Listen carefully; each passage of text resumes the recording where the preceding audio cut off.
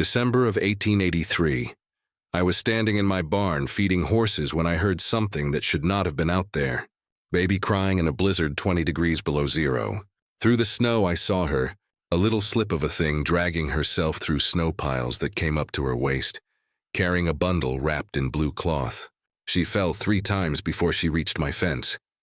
And every time, she got back up protecting that baby like it was the only thing in the world that mattered. When I brought them inside, that girl looked up at me with one good eye. The other one was all scarred over, and she whispered 6 words I'll never forget. "Can you take him instead of me?" Right then, I knew 2 things for certain. First, somebody had hurt these children badly enough that they would rather die in a storm than stay where they were. And second, by dawn, I would either save them, or we would all 3 be dead, because the man who came looking for them was not the forgiving type. I had been a widower for 5 years by then, living alone on my ranch up in the Montana hills. Folks in Frost Creek said I had gone hard after Martha and my boy James died, said I was cold as the iron I used to shoe my horses. Maybe they were right. I hadn't smiled in half a decade, hadn't spoken more than 10 words to anyone unless it was about business. That night, the blizzard had been raging for 2 solid days. Wind howling like all the devils of hell had been let loose. Snow piling up so high you couldn't see the fence posts. I was in the barn taking care of the horses when I heard it. That sound that didn't belong. A baby crying. At first I thought I was hearing things. The nearest neighbor was 10 miles away, and nobody in their right mind would be out in weather like this. But there it was again, faint but getting closer. I grabbed my rifle and stepped out into the whiteout. That's when I saw her. She couldn't have been more than 8 years old, wearing clothes that were little better than rags, dragging herself through snowdrifts that came up to her waist. She was carrying a bundle wrapped in blue cloth, and I could see the bundle move and hear the baby inside it crying. Every few steps she would fall, disappear into the snow completely, then struggle back up and keep coming. I watched her fall the 3rd time and thought she wouldn't get up, but she did. Got to her knees, held that baby to her chest, and kept crawling toward my fence. By the time I reached her, she had collapsed against the fence post. Her lips were blue, fingers frozen to the cloth she was holding. The baby had gone quiet. Never a good sign in cold like that. I didn't ask questions, just scooped them both up and carried them inside. The heat from my fireplace hit her like a slap. She gasped, started shaking so hard I thought she might break apart. I laid her on the rug by the fireplace, unwrapped the baby from her arms. Little boy, maybe 6 months old. His lips had that same blue color and his breathing was shallow and wet. Pneumonia. I had heard that sound before in my own son's chest the night he died. "The baby," the girl whispered, teeth chattering so hard she could barely speak. Is he alive?" "Barely," I said, rubbing the little one's chest, trying to get his blood moving. "What in God's name are you doing out in a blizzard?" She didn't answer right away. Just lay there shaking, watching me with one good eye. The other eye was damaged, scarred over, half closed. Somebody had hurt this child, and not by accident. I got some warm milk heated and wrapped the baby in blankets, held him close to the fire. The girl just watched, not saying a word, not asking for anything for herself. "You got a name?" I asked. "Eliza Morrison, sir." Her voice was a hoarse whisper, like she wasn't used to speaking much. "And that's Samuel. He's my brother." "Where are your folks?" Eliza's voice dropped. "Dead, sir. Mama died having Samuel. Papa died before that. Logging accident." I knew the name Morrison. James Morrison had run the biggest logging business in 3 counties before he died last spring. Brake failure on his wagon, went over a cliff, left behind a widow. "You're James Morrison's kids," I said. She nodded. "Then who's taking care of you?" Her one good eye got real wide, and I saw something in it I recognized. Pure animal fear. "Our Uncle Oswin, sir. He's our guardian now. So why aren't you with him?" That's when she said it. 6 words that stopped my heart cold. "Can you take him instead of me?" I stared at her. "What? Samuel, sir, can you take Samuel? You don't have to keep me." Her voice cracked. "I'm damaged goods. One eye doesn't work right and I'm not strong like other girls. But Samuel, he's perfect. He just needs milk and warmth and somebody to care for him. Please, sir, you don't have to take me, just him." I opened my mouth to answer, but that's when I heard it. Heavy pounding on my door, aggressive, demanding. A man's voice cut through the howling wind. Brennan, I know they're in there. Open this door. I recognized that voice. Oswin Fletcher, local businessman, owned half the loans in town, and apparently the legal guardian of 2 children who had just run 10 miles through a blizzard to get away from him. Eliza's whole body went stiff. Her breathing stopped. The baby in my arms started crying again. Brennan, Oswin pounded harder. Those children are my wards by law. Send them out or I'm coming in. I looked down at that little girl, shaking with more than cold now. Looked at the baby in my arms, still blue-lipped and struggling to breathe. Then I looked at my rifle, leaning against the wall by the door. In that moment I had to decide, open that door and hand them over or cross a line I couldn't uncross. I picked up my rifle and walked to the door. I didn't open that door. Not right away. Storm's too dangerous, Fletcher. I called out, keeping my voice steady. These children are staying here tonight. The law says they're mine, Brennan. The law can wait till the snow stops. There was silence on the other side of that door. The kind of silence that means a man's thinking about his next move. Then I heard him spit in the snow.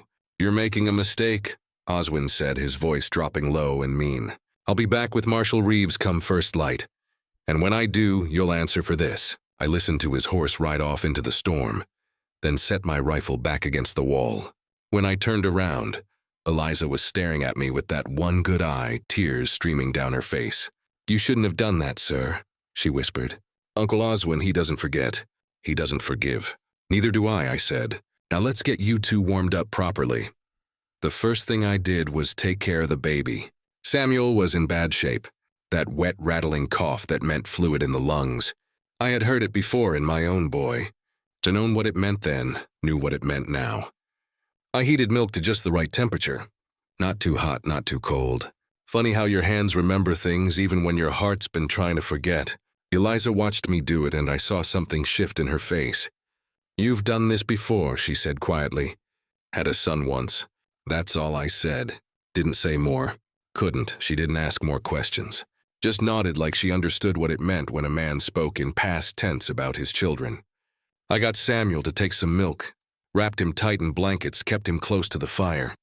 The whole time Eliza sat there soaked through and shivering, not asking for a single thing for herself.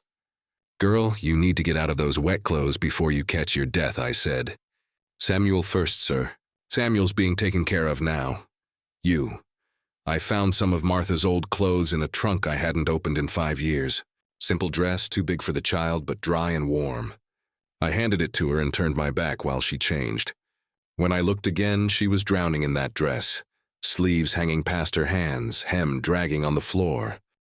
But she stood there with her chin up, trying to look dignified despite it all. Reminded me of Martha. That same stubborn pride, even when the world was kicking her down. You hungry, I asked. If you have something to spare, sir, I wouldn't refuse it. I made stew.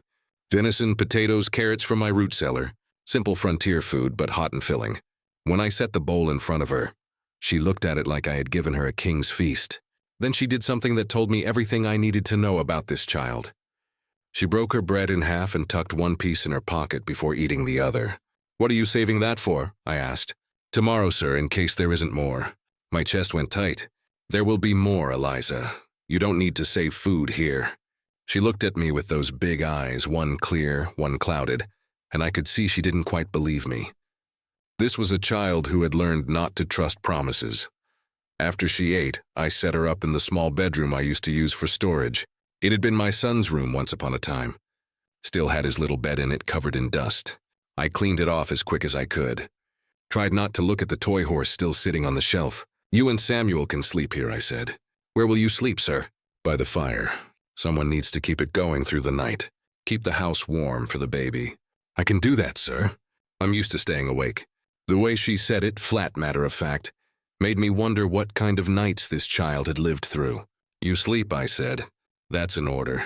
For the first time since I had found her, she almost smiled. You give orders like Papa used to. Your Papa was a good man from what I heard. He was. Her voice got real quiet. Uncle Oswin said so at the funeral. Said what a tragedy it was losing such a good man. Said he'd take care of us. Make sure we didn't want for nothing. But she looked down at her hands. But Uncle Oswin lies real good, sir. Real good. I sat by that fire all night, taking care of it, listening to Samuel's labored breathing from the next room. Every hour or so, I would check on him, make sure his color wasn't getting worse. Around 3 in the morning, I heard Eliza get up. She came out carrying Samuel, walking real careful in the too big dress. His breathing's worse, she whispered. I think he needs medicine. Real medicine? She was right. The baby's lips were turning blue again, and that rattle in his chest had gotten deeper. The nearest doctor was in Frost Creek, 20 miles down the mountain, through a blizzard that hadn't let up one bit. I'll ride to town, I said, already reaching for my coat. You can't. The storm will kill you. Then it kills me. I was pulling on my boots. But I'm not watching another child die for lack of trying. Sir, Mr. Brennan, her voice broke. Why? Why would you risk yourself for us? You don't even know us. I stopped. One boot on, one boot off, and looked at that little girl holding her dying brother.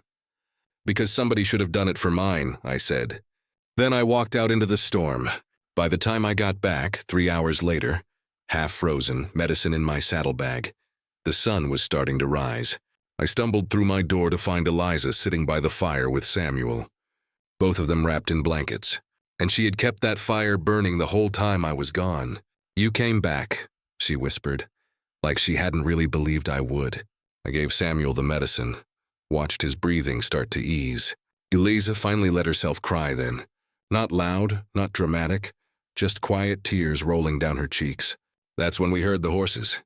Multiple riders coming up the mountain trail. Through the window I could see them. 6 horses, maybe 7. Oswin Fletcher in the lead. And right beside him, wearing a marshal's badge, was Tom Reeves. Eliza grabbed my arm. He brought the law. I see that. What are we going to do? I looked at her scared face, at the baby finally breathing easier, at the life I had built alone in this cabin for 5 years. Then I picked up my rifle again. We're going to find out, I said, just how much the law cares about doing what's right versus doing what's legal. The pounding on my door started again, harder this time. Silas Brennan, Marshal Reeves's voice. Open this door. I have papers here that say you're keeping minors against their legal guardian's wishes. Open up or I'll break it down. Eliza's hand tightened on my arm and I made my choice. I opened that door. Marshal Reeves stood there in his heavy coat, snow-crusted in his beard, looking tired and cold, and not particularly happy about being dragged up a mountain in a blizzard. Behind him, Oswin Fletcher sat on his horse with the kind of smug satisfaction that makes a man's trigger finger itch. Marshal, I said, keeping my tone level. Oswin. Mr. Brennan. Reeves pulled out a folded paper from inside his coat. I have guardianship documents here signed by Judge Morrison himself. States that Oswin Fletcher is legal guardian to Eliza and Samuel Morrison, orphaned minors. Now I understand you took them in during the storm. That's kind of you. But Mr. Fletcher here says they ran away and he's been worried sick looking for them. I looked past the marshal at Oswin. His eyes were cold, calculating. Worried sick, my ass. That baby was dying of pneumonia when they got here, I said. Still might be if I hadn't ridden to town for medicine in the middle of the night. That sound like children running away for no reason? Children run away all the time, Oswin said smoothly. They're ungrateful creatures by nature. I fed them, clothed them, housed them for 6 months, and this is how they repay me. Dragging a sick infant through a blizzard and bringing shame on my household. Shame on your household, I repeated slowly. That what you're worried about? Shame among other things? Oswin's smile didn't reach his eyes. Now, Marshal, if you would be so kind as to retrieve my wards, I'd like to get them home before they cause any more trouble. Marshal Reeves looked at me. Mr. Brennan, I'm going to need you to bring those children out. Can't do that, Marshal. Can't or won't. Both. Reeves sighed. Don't make this harder than it needs to be. The law is clear. Man has legal papers. Children are his wards. You have no legal standing here. I have 2 children inside who are terrified of that man, I said, jerking my chin toward Oswin. That ought to count for something. Children are often afraid of necessary discipline, Oswin said. It doesn't make the discipline wrong. That word discipline, the way he said it with that little smile playing at his lips, made me want to put my fist through his teeth. Let me talk to the girl, Marshal Reeves said. Just talk. That's reasonable, isn't it? I hesitated, then stepped aside. The marshal came in, snow falling off his coat. Oswin tried to follow, but I blocked the door. Marshal comes in, I said. You stay out. Those are my children. They're wards, not property. And until the marshal says different, they're under my roof, which means I decide who enters. Oswin's face went red, but he stayed put. He knew if he pushed it, he would have to go through me. And despite all his bluster, he wasn't that kind of brave. Inside, Eliza was standing by the fire, holding Samuel tight. When she saw Marshal Reeves, she went pale. "Now, Miss Eliza," Reeves said gently. "Your uncle says you ran away. That true?" She nodded just barely. "Why did you do that?" She opened her mouth, closed it, looked at me. I could see her mind working, trying to figure out what was safe to say. "Go on," I said quietly. "Tell him the truth." "Uncle Oswin." Her voice was so small. "Uncle Oswin was going to put us on the orphan train. 200 miles east in this weather. Samuel's sick and I told him the baby wouldn't survive the trip, but he said it didn't matter. Said we were too expensive to keep." Marshal Reeves frowned. "Mr. Fletcher, is that true? You planning to send them east?"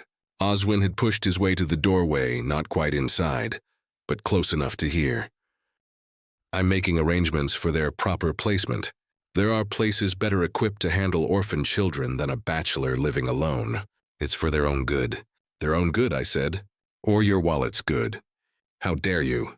Their father owned shares in your logging business, didn't he?" I was guessing, but the way Oswin's face twitched told me I had hit close to home. Children inherit those shares. Must be inconvenient having two mouths to feed when you could have the whole pie to yourself. That's slander. It's a question. I looked at Marshal Reeves. Might be worth asking who benefits from these children disappearing to some orphanage 200 miles away, where nobody would ever check on them. The marshal looked between us, clearly uncomfortable. "Mr. Brennan, you're making serious accusations without proof. Then ask her about the eye." I pointed at Eliza. "Ask her how she got that injury." Eliza's hand flew to her scarred eye, and I saw pure terror flash across her face. She looked at Oswin, and I watched her whole body start to shake. "I fell," she whispered. "I fell down the stairs." But the way she said it, flat, practiced, like she had said it 100 times before, made it clear as day she was lying. "Eliza," I said gently, "tell him the truth." "I can't." Tears were streaming down her face now. I can't. "You see, Marshal," Oswin said, "the child has been coached. Mr. Brennan has filled her head with lies." And he pushed me. Eliza's voice cracked like a whip. "Uncle Oswin pushed me. I dropped a plate and he got angry and he pushed me into the door frame and my eye. She was sobbing now, the words pouring out like a dam had burst. "And Papa's accident wasn't an accident. I saw Uncle Oswin that night, the night before Papa died. I saw him at the equipment shed cutting the brake cables, filing them down so they would look worn. And next day, Papa's wagon went over the cliff." "And enough," Oswin roared. "The child is hysterical. She's making up stories because she's been poisoned against me. Marshal, I demand you remove these children from this man's influence immediately." The whole room went silent except for Eliza's sobbing. Marshal Reeves looked at her, then at Oswin, then at me. I could see him weighing it all. Legal papers versus a child's accusation.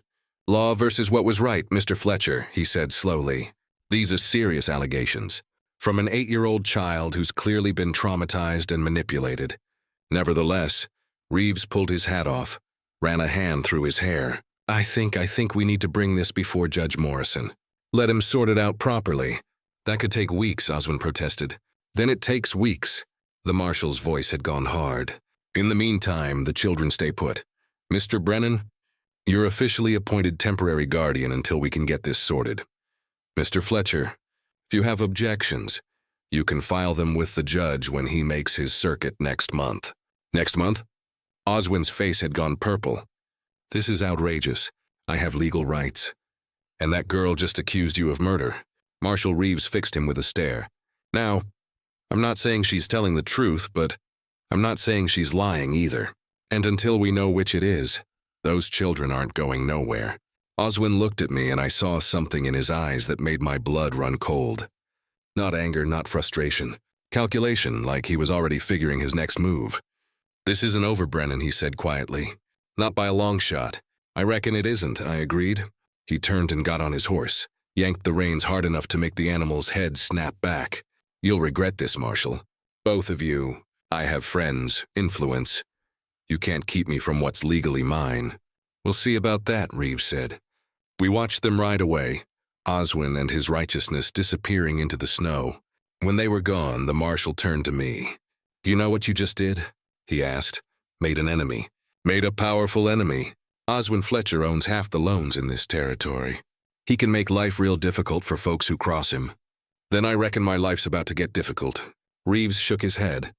"You're either the bravest man I know or the biggest fool." "Probably both," I admitted. He looked at Eliza, still crying by the fire, holding her baby brother. "For what it's worth," he said quietly, "I hope you're right about him, because if that girl's telling the truth about what she saw, we have a murderer walking free in Frost Creek." "Then I guess we better prove it," I said. After the marshal left, I sat down by the fire next to Eliza. She was rocking Samuel, humming some tune I didn't recognize. "I'm sorry," she whispered. "I'm sorry I told. He said if I ever told anyone he would." She couldn't finish. "You did the right thing," I said. "Taking the first step is always the hardest." "But what if nobody believes me?" "I'm just a kid with one eye. He's important. He's rich. He's scared," I interrupted. "Did you see his face when you said what you saw?" "That isn't the face of an innocent man, Eliza. That's the face of a man who knows his secrets are out." She looked at me with that one clear eye. "Do you believe me about what I saw?" I thought about the way Oswin had reacted, the calculation in his eyes, the threat in his voice. "Yeah," I said. "I believe you." For the first time since I had found her in that blizzard, she smiled. Small, fragile, but real. "Thank you," she whispered. Outside, the storm was finally starting to break. Through the window, I could see patches of sky showing through the clouds. The worst had passed, but I had a feeling that when it came to Oswin Fletcher, the worst was just getting started. For 3 days, we lived like a real family. I taught Eliza how to gather eggs from the chickens without spooking them, how to knead bread dough till it had just the right spring to it. She was a quick learner, watched everything I did with that one good eye, remembered it all. And she was gentle with Samuel, always putting his needs before her own. Reminded me of Martha in that way. Samuel's pneumonia was getting better. His color came back. His breathing eased. He even started laughing. This little baby giggle that filled up the empty spaces in my cabin like nothing had in 5 years. I told myself maybe we had gotten lucky. Maybe Oswin would give up, wait for the judge, accept whatever decision came down. Maybe we would actually have time to build a case, gather witnesses, prove what that man had done. I should have known better. The first sign came on the 3rd night. My dog started barking around midnight. Not his usual bark at a coyote or deer, but something different. Anxious warning. I went to the window and looked out at the moonlit snow. Didn't see nothing, but the dog wouldn't settle. Kept pacing and whining until near dawn. "What's got him spooked?" Eliza asked, coming out with Samuel in her arms. She had taken to sleeping in the chair by the fire instead of the bedroom. Said she liked being close to the warmth. "I don't know," I said. "Probably just a bear coming out of hibernation early." But I didn't believe that. And from the look on her face, neither did she. The next morning I rode down to check my fence line, found fresh tracks. Boot prints, at least 4 different men circling my property. They had come right up to the edge of my land, stopped, then headed back toward town. Scouting, counting exits, planning something. When I got back to the cabin, Beatrice Hollis was there. She had ridden up from town with a basket of supplies, flour, sugar, salt, pork. But the look on her face told me she hadn't come just to be neighborly. "Silas," she said, pulling me aside while Eliza was busy with Samuel. "You need to know what's happening in town." "I'm listening." "Oswin's been talking, spreading stories. Says you're an unmarried man living alone with a young girl. That it isn't proper. That who knows what kind of influences you're exposing her to." My jaw clenched. He's suggesting all kinds of things. "And people are listening. Silas, he's called in loans, threatened businesses, reminded folks who holds their mortgages. He's turning the whole town against you. Let him turn. I don't care what they think." "You should care." Beatrice's voice dropped low. "Because last night at the saloon he was buying drinks for some rough types. Men from out of territory. The kind you hire when you want something done that can't be traced back to you." I felt something cold settle in my gut. How many men? 4 that I saw, maybe more. Armed to the teeth. We stood there in silence for a moment, both knowing what that meant. Oswin had tried the legal way and failed. Now he was going to try another way. You could take the children and leave, Beatrice said quietly. Head west, change your name. Start over somewhere he can't find you. Run, you mean? Survive, I mean. I looked through the window at Eliza, watching her make faces at Samuel to get him to smile. She had started to relax these past few days. Started to believe she might actually be safe here. I built this ranch with my own hands, I said. Every fence post, every board in that barn. It's all I have left of the life I had with Martha. I'm not running. Then you better be ready to fight. I'm always ready to fight. Beatrice put her hand on my arm. Silas, there's brave and then there's foolish. You're one man. He has money, influence, and hired guns. You can't win this. Maybe not, but I can make damn sure he doesn't win either. She shook her head sadly, then climbed back on her horse. Before she rode off, she turned back. There's some of us in town who know what Oswin really is, she said. Not many, but some. If you need help, I'll send word. But we both knew how that would go. Oswin owned this town, owned these people. When push came to shove, they would look the other way. That's what folks do when they're scared. They survive. Can't blame them for it, but can't count on them either. That night, the temperature dropped hard. The kind of cold that makes your breath freeze in your lungs. Makes the trees crack like rifle shots. I was sitting by the fire cleaning my guns when I heard it. Horses, multiple horses, moving slow and deliberate up the mountain trail. I went to the window and looked out. At first I couldn't see nothing but darkness and stars. Then I saw them, lights flickering through the trees. Torches, at least 6 of them, maybe more, winding their way up toward my ranch. Eliza, I said quietly, take Samuel and go to the root cellar. She was on her feet in an instant, baby clutched to her chest. What's happening? Just do what I say. Get in that cellar, close the door, and don't come out till I tell you it's safe. Mr. Brennan, now, girl. She ran. I heard the cellar door creak open. Heard her footsteps on the wooden stairs. Heard it slam shut? Good. The root cellar was underground, stone-lined, fireproof. Because I had a feeling fire was exactly what was coming.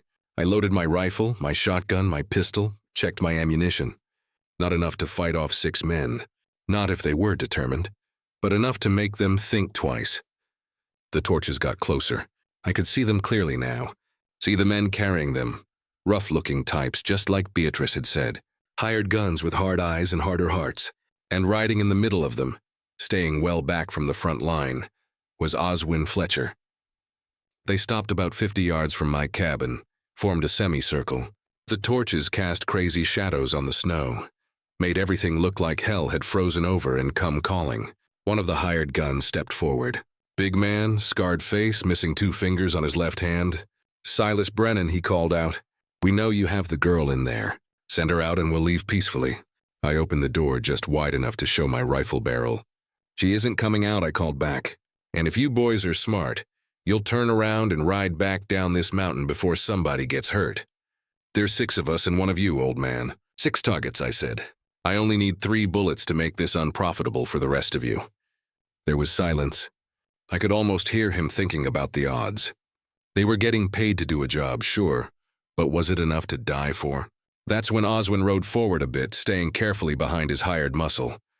Mr. Brennan. His voice was smooth as oil. Let's be reasonable men about this. Those children are legally mine. I'm simply reclaiming my property. She isn't property, I shouted back. Neither is that baby. Not while I'm breathing. Then perhaps, Oswin said, and I could hear the smile in his voice. We should do something about your breathing. One of the hired guns threw his torch. It arced through the air like a shooting star, landed on my barn roof. The hay inside caught instantly, flames exploding upward into the night sky. My horses screamed. I ran toward the barn without thinking. Forgot about the men with guns. Forgot about everything except those animals trapped inside. But I had only made it 3 steps when a bullet cracked past my head, splintered the doorframe. Next one won't miss, the scarred man yelled. I stopped, watched my barn burn, watched the horses finally kick their way out through the back wall, running wild-eyed into the snow. At least they were free.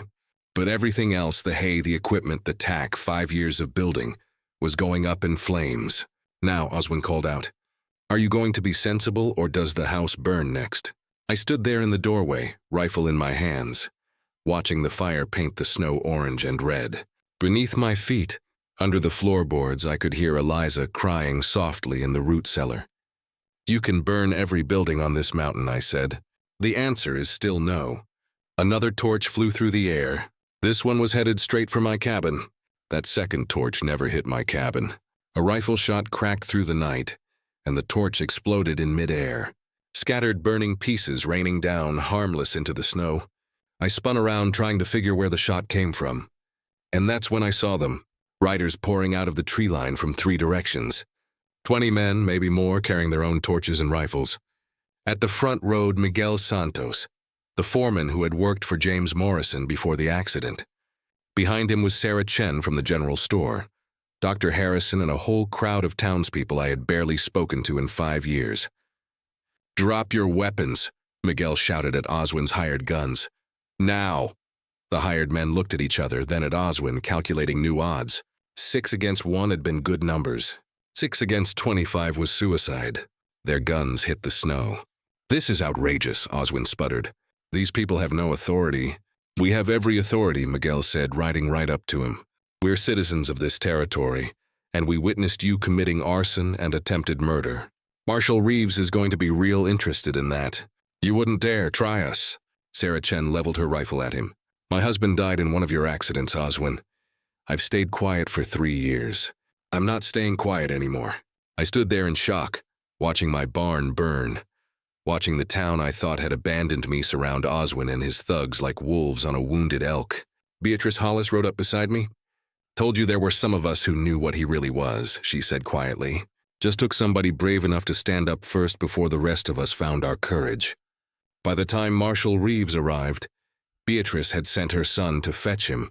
Oswin and his hired guns were tied up in my yard like Christmas packages. The marshal took one look at the burning barn, the armed townspeople, and Oswin's red face, and let out a long sigh. "This just gets better and better," he muttered. It took till dawn to sort everything out. Statements were taken, witnesses recorded, charges filed. Oswin was arrested for arson, attempted murder, and a half-dozen other crimes. His hired guns turned on him faster than rats leaving a sinking ship, confessing to everything he had paid them to do. By the time the sun rose, Oswin Fletcher was headed to jail in iron shackles. "You got lucky tonight," Marshal Reeves said to me, as the wagon carrying Oswin rolled away. "But this isn't over. He'll get a lawyer, make bail, fight this in court, and he still has those guardianship papers. Then we'll fight him in court too," I said. The marshal looked at me for a long moment. "You really want these kids that bad?" I thought about Eliza crying in the root cellar, about Samuel's laugh, about the way my empty cabin had started to feel like a home again. "Yeah," I said, "I really do." After everyone left, after the barn had burned down to smoldering embers, I opened the root cellar door. Eliza was sitting on the bottom step rocking Samuel, singing to him softly. When she saw me, she stopped. "Is it over?" she whispered. "For now." She climbed up and we stood together in the gray dawn light, looking at what was left of my barn. Just a skeleton of blackened beams and ash. "I'm sorry," she said quietly. "This is all my fault." "If we had never come here, then I would still be alone," I interrupted. "Living in an empty house, building things for no reason, pretending I was still alive when really I had been dead inside for 5 years. She looked up at me with that one clear eye. "You really mean that?" "I really mean that." She set Samuel down in his basket, then did something that nearly broke me. She reached out and took my hand, her small scarred fingers wrapping around my rough calloused ones, and squeezed. I squeezed back. We stood like that for a long minute, not saying nothing, just holding hands and watching the smoke rise from the ruins. And I realized this was what Martha had been trying to tell me all along, what I had been too grief-struck to understand. A broken heart isn't useless. It just has more room in it. 2 days later, I got a visitor I wasn't expecting. Chief Running Bear of the Blackfoot Nation rode up to my ranch alone, carrying no weapons, showing he came in peace. I had met him a few times over the years. We had always gotten along well enough, respected each other's boundaries. "Silas Brennan," he said, dismounting. "I heard what happened here with the children and the fire. News travels fast. Some news travels on the wind." He looked at Eliza, who was peeking out from behind me. "Come here, child." She hesitated, then stepped forward. Chief Running Bear studied her face for a long moment, then nodded slowly. You have your grandmother's eyes, both of them, even the one that doesn't see. Eliza's mouth fell open. You knew my grandmother? Morning Dove was her name. Blackfoot woman married a white trader. Your mother was their daughter. He looked at me. Did you know the children have tribal blood? No, I admitted. But what difference does it make? All the difference. Chief Running Bear's weathered face creased into something that might have been a smile. Under treaty law, children with tribal blood can claim tribal jurisdiction, especially in custody matters. I felt something shift in my chest, meaning Oswin Fletcher's guardianship papers, they're white man's law. But these children can choose to be recognized by the tribe. And if they do, their custody falls under our authority, not the territorial courts. And what would your tribe decide? I asked carefully. We would hold a hearing, ask the children what they want, ask you what you offer, make our judgment based on our traditions, not white men's property laws. He fixed me with a steady gaze. In our nation, children belong to those who protect them and care for them, not to those who share blood, but offer no love. Eliza grabbed my hand again, squeezed it tight. Is that what you want? I asked her quietly. To claim your tribal heritage? If it means staying with you, she said. Then yes. Chief Running Bear nodded. Then it's settled. I'll file the papers with the territorial judge. In 3 days, we'll hold a traditional hearing. If you pass our test, Silas Brennan, the children are yours. No white man's court can overturn it. What kind of test? The trial of 3 questions. His eyes gleamed. We'll see what kind of man you really are. After he left, I felt something I hadn't felt in a long time. Hope. Real hope. That feeling lasted exactly 4 hours. That's when Beatrice came riding up again. This time at full gallop, her horse covered in sweat despite the cold. Silas, she shouted before she had even gotten off her horse. Oswin made bail. Judge let him out this morning. How the charges against him? He has friends in high places. Called in favors. And Silas, she was breathing hard. He knows about the tribal hearing. And I heard him talking to his lawyer. They're going to fight it. Going to claim the children aren't really tribal. That there's no documentation. That it's all a trick to get around white man's law. Can they do that? I don't know. But that isn't the worst of it. She looked scared now. Really scared. He hired more men, different ones this time, from down south. The kind that don't ask questions and don't leave witnesses. And I heard him say, she paused, glancing at Eliza. I heard him say, if he can't have the children legally, he'll make sure nobody can have them at all. The hope that had been building in my chest turned cold and heavy. How long do I have?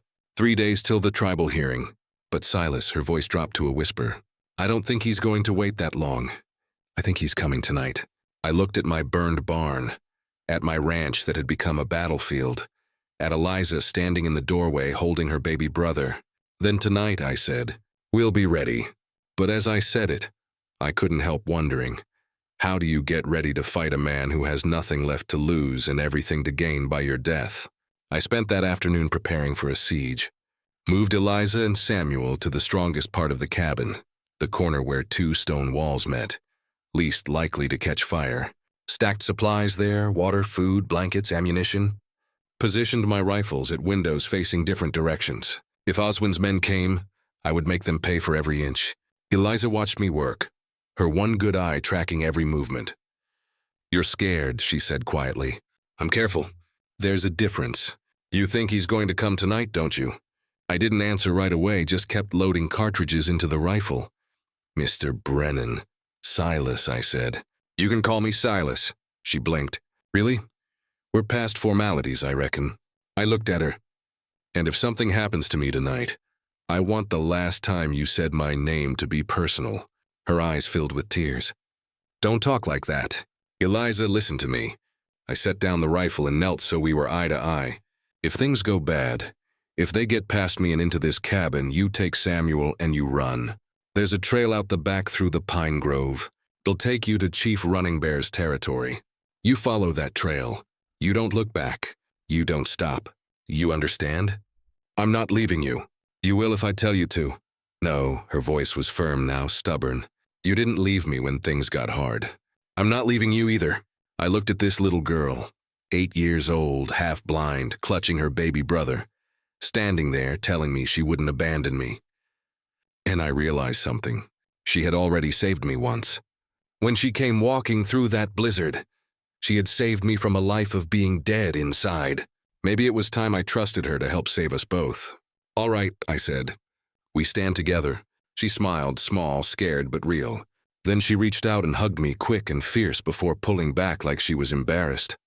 Thank you, she whispered, for everything. I opened my mouth to answer, but that's when I heard horses, multiple horses, coming up the trail. Here we go, I thought, reaching for my rifle. But then I heard something unexpected, a voice calling out, Brennan, don't shoot. It's Miguel.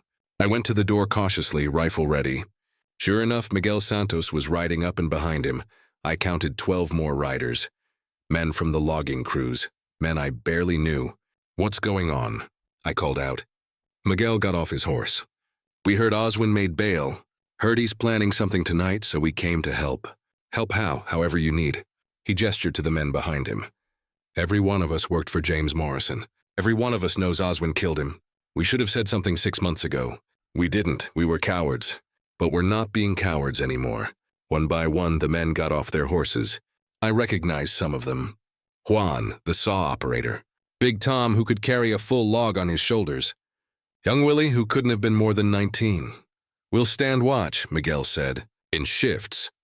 If Oswin's men come, they'll have to go through all of us. I didn't know what to say.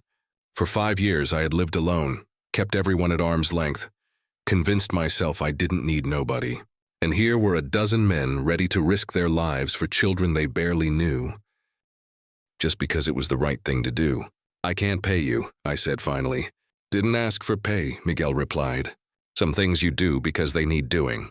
This is one of them. As the men set up a barrier around my cabin, another rider came up the trail. This one I recognized immediately. Dr. Harrison carrying his medical bag. Figured if there's going to be trouble, he said, climbing down from his horse. You might need someone who knows how to patch up bullet holes. Doc, you don't have to. Yes, I do. His face was grim. I stayed silent when I saw bruises on these children. Told myself it wasn't my business. Well, I'm making it my business now. Before sunset, 4 more people arrived. Sarah Chen brought food, enough to feed everyone for 3 days. Beatrice Hollis came with blankets and medical supplies. Even old Father Murphy from the Catholic Church rode up. Said he had come to bear witness and pray for souls, though I noticed he had brought his shotgun along with his Bible. By nightfall, I wasn't alone anymore. I had 15 people camped around my cabin keeping watch, ready to fight. Eliza stood at the window looking out at all of them. Why, she asked quietly. Why are they doing this? Because you reminded them what matters, I said. Sometimes folks forget.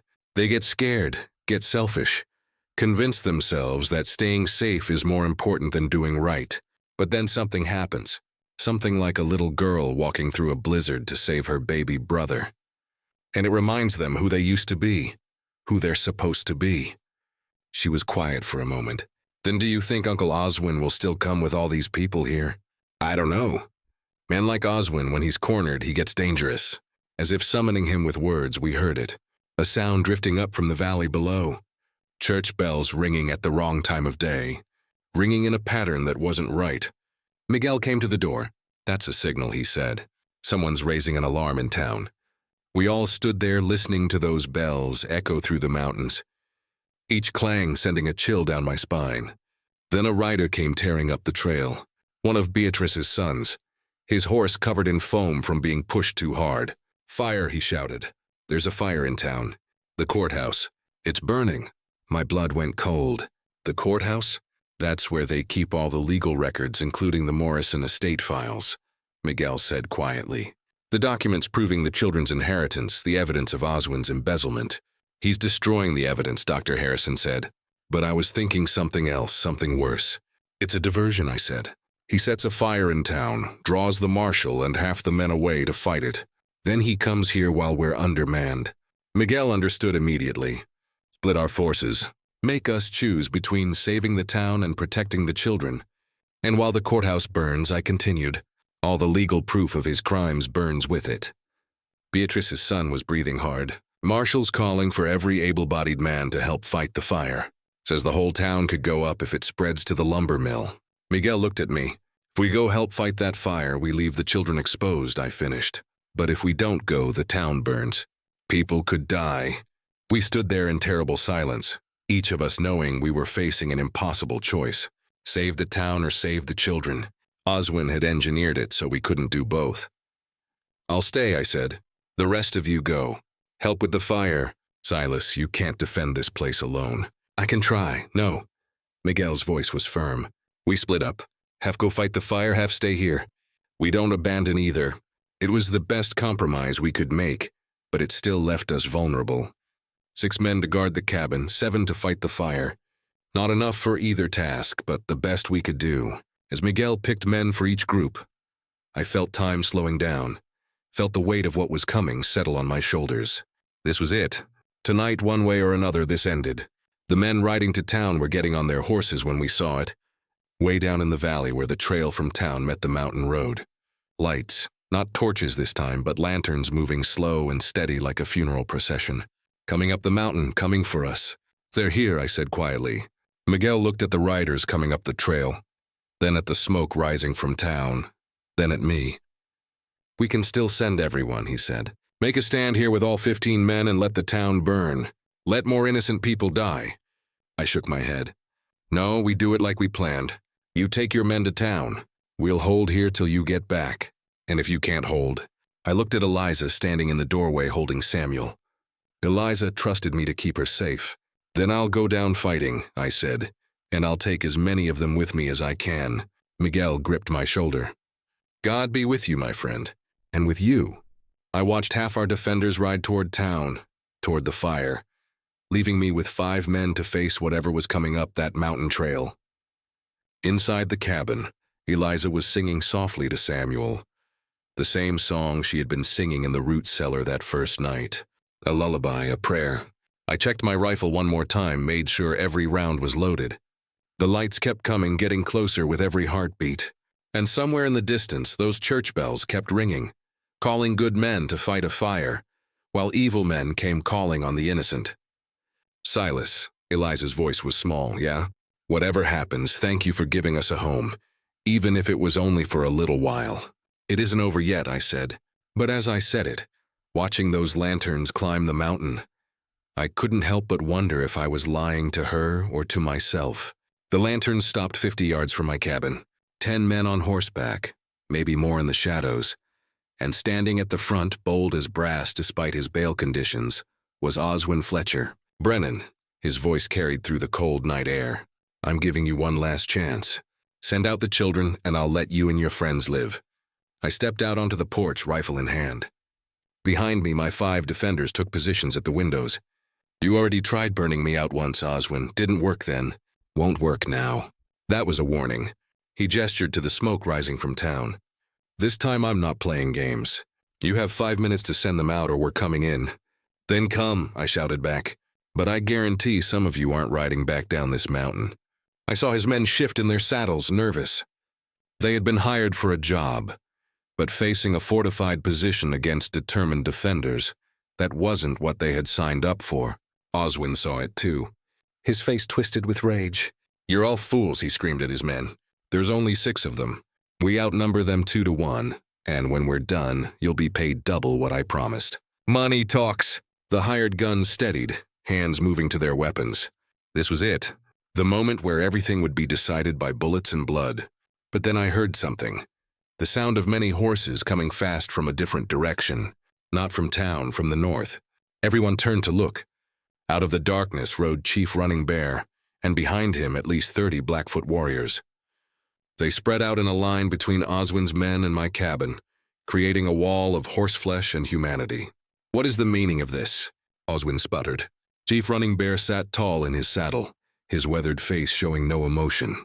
"These children have claimed tribal protection. Under the Treaty of 1855, anyone with Blackfoot blood who requests sanctuary has the right to tribal jurisdiction. That treaty doesn't apply here. This is territorial land. The children are on this land by choice.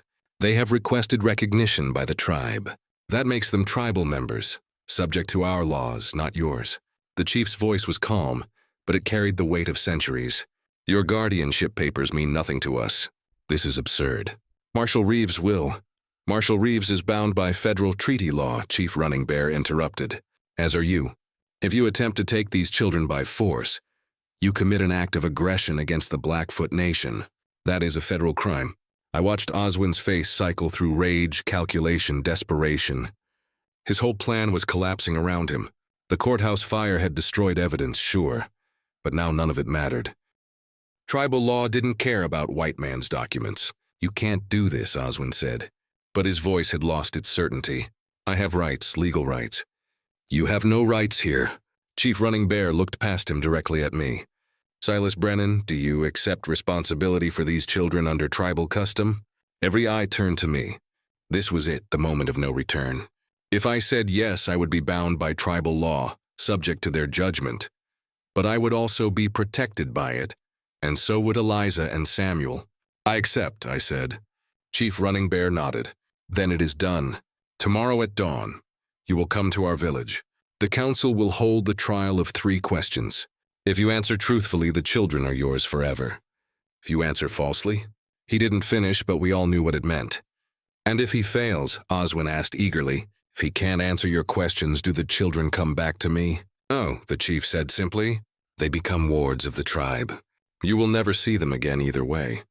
Oswin's face went purple. This is illegal. I'll appeal to the territorial governor. You'll leave. Chief Running Bear's voice hardened. Now, before I decide that your presence here is a threat to tribal members. The Blackfoot warriors raised their rifles as one. Oswin looked at his hired guns, saw them backing away, saw his money and influence meaning nothing in the face of 30 armed warriors and federal treaty law. This isn't over, Brennan, he spat.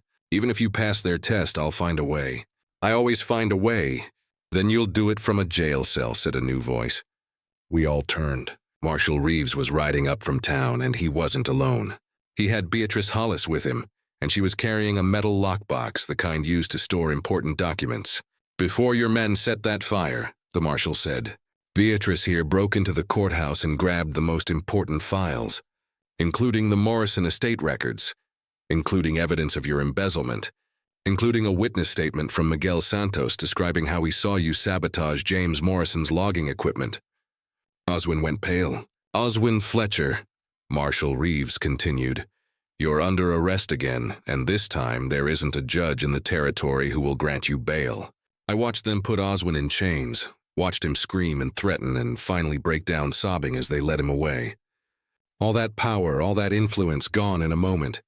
When they were gone, when the hired guns had scattered and Oswin was headed back to jail, Chief Running Bear approached me. The children are safe tonight, he said, but tomorrow you face the council. The 3 questions are not easy, Silas Brennan. They are designed to reveal what is in a man's heart. Many have failed them. What happens if I fail? The children go to the tribe. They will be raised in our ways, given Blackfoot names, taught our traditions. They will have a good life, he paused. But they will not have you. I looked back at the cabin where Eliza stood in the doorway holding Samuel, watching us. Then I better not fail, I said. Come at dawn alone. The children stay here with your friends until the trial is complete. He started to ride away, then stopped. Silas Brennan, the questions we ask are not about strength or wisdom or wealth. They are about truth. Remember that. After everyone left, the warriors, the marshal, the defenders who had stood with me, the cabin fell silent. Eliza and I sat by the fire, neither of us speaking for a long time. Finally, she asked, what are the 3 questions? I don't know. What if you can't answer them? Then you'll go live with Chief Running Bear's people. They're good people, Eliza. They'll take care of you. But I want to stay with you, she whispered. I know. I put my arm around her shoulders, and I'm going to do everything I can to make that happen. She leaned against me, and we sat there watching the fire, both of us knowing that come dawn everything would change. One way or another, dawn came cold and clear. I rode to the Blackfoot village alone like Chief Running Bear had instructed. The trail wound through pine forests, still heavy with snow. And as I climbed higher, I could see smoke rising from the town below, the courthouse still smoldering from last night's fire. Oswin had tried to burn the truth. Instead, he had only revealed himself. The village was nestled in a valley protected by rock walls on 3 sides. Tepees formed a circle around a central fire, and as I rode in, I saw the entire tribe gathered. Elders, warriors, women, children, all of them there to witness the trial of 3 questions. Chief Running Bear stood by the fire, flanked by 6 other elders. Their faces were weathered as old leather, eyes sharp as broken glass. Silas Brennan, the chief said, "You come seeking to adopt children of tribal blood. Our law requires you answer 3 questions with complete truth. Not clever words, not right answers, truth from your heart. We will know the difference." I got off my horse, walked to the fire. The heat felt good against my face, but it was nothing compared to the heat of all those eyes on me. "I'm ready," I said. An elderly woman stepped forward, the oldest person I had ever seen. Her face a map of wrinkles, her eyes still bright as a girl's. "First question," she said. "You lost a wife and son. You grieve them still. Why do you seek to replace them with children who are not yours?" The question hit me like a fist. I had expected legal questions, practical questions, not this. I thought about lying, saying something noble about duty or compassion. But Chief Running Bear had said truth, so I gave it to him. "I don't seek to replace them," I said slowly. "Martha and James can't be replaced. But grief is a canyon, ma'am. You can stand on one side alone, or you can build a bridge and cross it. Eliza and Samuel, they're not replacing what I lost. They're the bridge that lets me keep living without forgetting the dead." The old woman nodded. "You speak true. The heart knows the difference between filling a hole and healing a wound." A middle-aged man stepped forward next. "Second question. You are a man of property and independence. Children require sacrifice of freedom, of resources, of self. Your barn burned, your cattle scattered. Why give what little remains to children who may never call you father?" This one was easier. I had already learned this lesson. "I spent 5 years building a ranch for nobody but myself," I said. "Bigger barns, more cattle, more land. But every night I came home to an empty house. Property without purpose is just things. Eliza and Samuel give me a reason to rebuild. Not for me, for them. And if they grow up and leave?" I shrugged. "That's how it's supposed to be. Children aren't meant to stay. They're meant to become strong enough to fly." The man smiled slightly. "You understand parenthood, then. It is the art of holding tight while letting go." Finally, Chief Running Bear himself stepped forward. Third question, the hardest. His eyes bored into mine. "You took these children into your home. You risked everything. Why, do not tell me duty. Do not tell me honor. Tell me the deepest truth, even if it shames you." This was it. The question that would decide everything. I could feel the whole tribe leaning in, waiting. I could hear my heart pounding in my chest. And I realized that if I couldn't be honest here, I didn't deserve those children anyway. "'Cause I failed my own son," I said, my voice cracking. "He got sick. Winter fever, same as Samuel. I rode for medicine, same as I did for Samuel. But I was too late. James died while I was gone. And Martha, she looked at me with these eyes that forgave me, which was worse than blame. She forgave me, but I never forgave myself. Tears were streaming down my face now, and I didn't wipe them away. When I saw Eliza carrying Samuel through that blizzard, when I saw his blue lips, I saw my second chance, my redemption. I'm not taking them in out of kindness, Chief. I'm taking them in out of desperation. 'Cause if I can save them, maybe I can live with what I couldn't save before." The silence that followed was complete. I had just confessed my deepest shame in front of 100 people. Admitted I was broken, selfish, desperate. Every instinct I had as a man told me I had just failed the test. Then Chief Running Bear did something unexpected. He smiled. "You have answered the 3 questions," he said, "and you have done what no man seeking adoption has ever done before." I braced myself for rejection. "You told the truth, the full truth. Most men give us noble lies. They want children out of love, out of duty, out of strength. You are the first to admit you do it out of brokenness." He placed his hand on my shoulder. "And that, Silas Brennan, is the only honest reason to become a father." The old woman stepped forward again. "All parents are broken, people trying to raise children better than they were raised. You admit your cracks, others hide them. We trust a cracked pot that admits it leaks more than a perfect pot that hides its holes." "The council has decided," Chief Running Bear announced to the gathered tribe. "The children are yours. May their healing and yours walk the same path." A cheer went up from the tribe, whoops and hollers that echoed off the canyon walls. I stood there in shock, barely believing what I had heard. I had passed. They brought Eliza and Samuel. They had been kept in a nearby lodge waiting for the verdict. When Eliza saw me, saw my tears, saw the smiles on the elders' faces, she understood. She ran to me, Samuel in her arms, and threw herself against my chest. "Papa," she said, the first time she had called me that. I wrapped my arms around both of them. "Yes, daughter. Papa." The tribe began preparing a feast celebrating the adoption in the traditional way.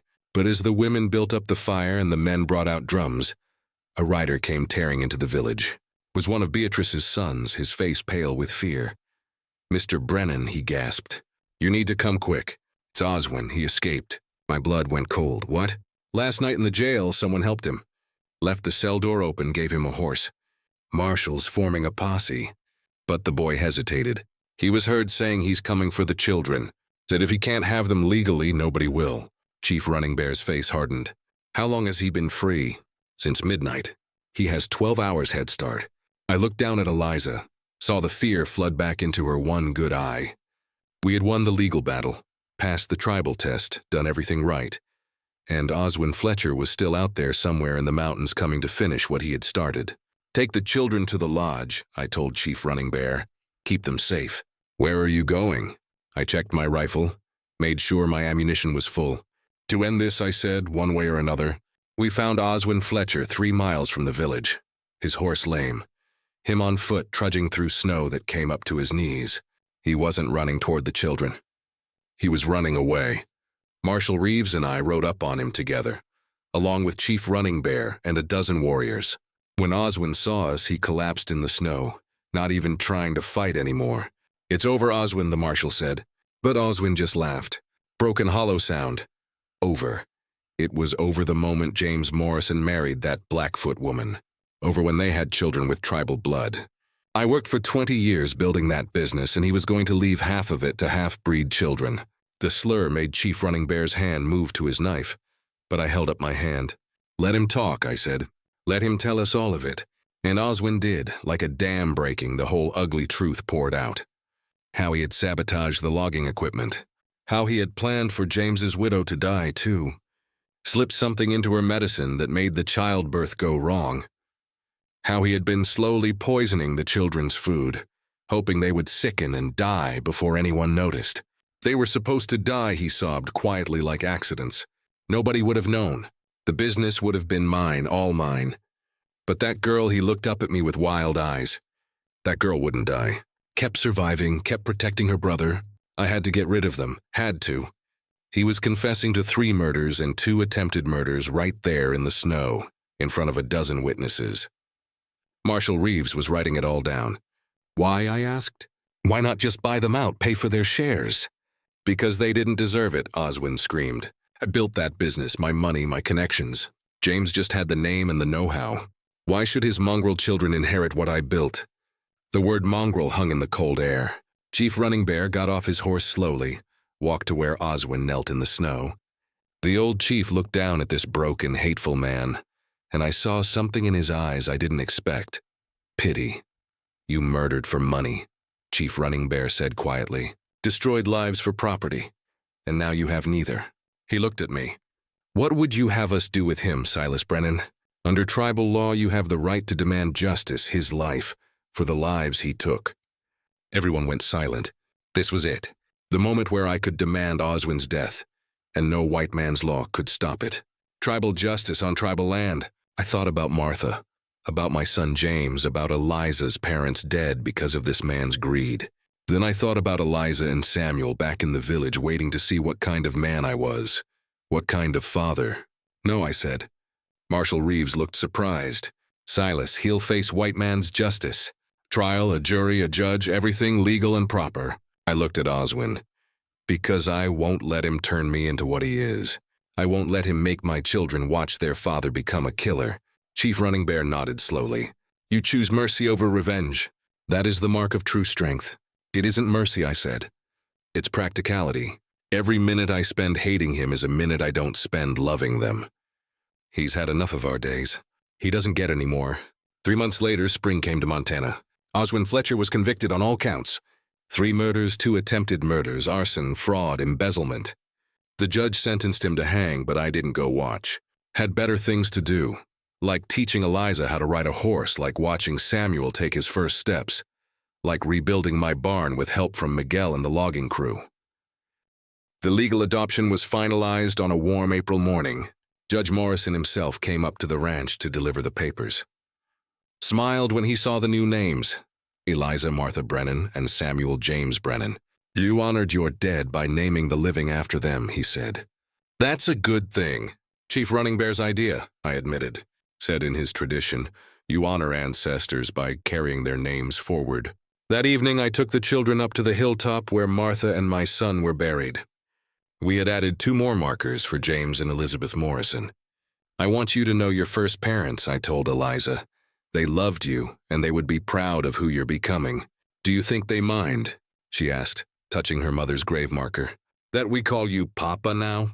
I looked at the 4 graves, thought about how much death it had taken to teach me how to live again. I think they sent you to me, I said. I think your mama and my Martha worked something out up there. Maybe our family was always supposed to be bigger than we thought. Samuel, walking now, nearly a year old, toddled over and put his chubby hand on my boot. I picked him up and he laughed, reaching for my beard. Come on, I said. Let's go home. As we walked down the hill toward the cabin where smoke curled from the chimney and the new barn stood strong against the sky, Eliza slipped her hand into mine. Papa, she said, do you still miss them? Your first family? Every day, I admitted. But missing them and loving you aren't opposite things, daughter. A heart can hold both. She squeezed my hand. Good, because I miss my first mama and papa too, but I love you just as much. From the cabin I could see folks gathering. McGill and his family, Beatrice, Dr. Harrison, Sarah Chen. We had started having Sunday dinners together. This odd collection of people who had found courage in each other. Chief Running Bear was there too. Had become a regular visitor. Said he liked seeing how his adopted grandson Samuel was growing up in both worlds, White and Blackfoot. You know what the tribe calls you? He told me last week. They call you Broken Shield, the man who admits his cracks and protects others. Anyway, I liked that name, felt true. As we reached the cabin, Eliza looked up at me one more time. Are you happy, Papa? Really happy? I looked at her, this one-eyed girl who had walked through a blizzard to save her brother. Looked at Samuel giggling in my arms. Looked at the community gathered around my table, celebrating life instead of hoarding it. Yeah, daughter, I said. I really am. That night, after everyone left and the children were asleep, I stood on my porch looking at the stars. The mountains rose dark against the sky, and somewhere out there spring was melting the last of winter's snow. I thought about Oswin sitting in a jail cell waiting for a rope. Thought about how close I had come to letting his hatred poison my second chance at family. But I had chosen differently. Chosen to build instead of destroy.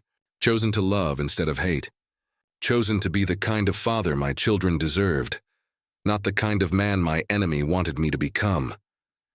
And that, I figured, was the best revenge of all. Inside, I heard Eliza singing Samuel to sleep. The same lullabies she had been singing that first night when I found them half frozen in my barn. But this time her voice wasn't scared. It was home. I'm an old man now. Eliza has 3 children of her own, and Samuel runs this ranch better than I ever did. This all happened more than 40 years ago, but I remember it like yesterday. Every detail, every choice, every moment I almost got it wrong. Folks who hear this story sometimes ask me if I regret it. Fighting Oswin, burning my barn, risking everything for 2 children I just met. And I tell them the same thing every time. Regret is for time wasted. I didn't waste a single moment. See, the frontier teaches you something real fast. You can build the biggest ranch, the finest herd, the most impressive property in 3 counties. But if you do it alone, you've built nothing. Just a museum for one. Family isn't about blood. It's about who you would walk through a blizzard for, who you would let your barn burn for, who you would stand in front of hired guns for.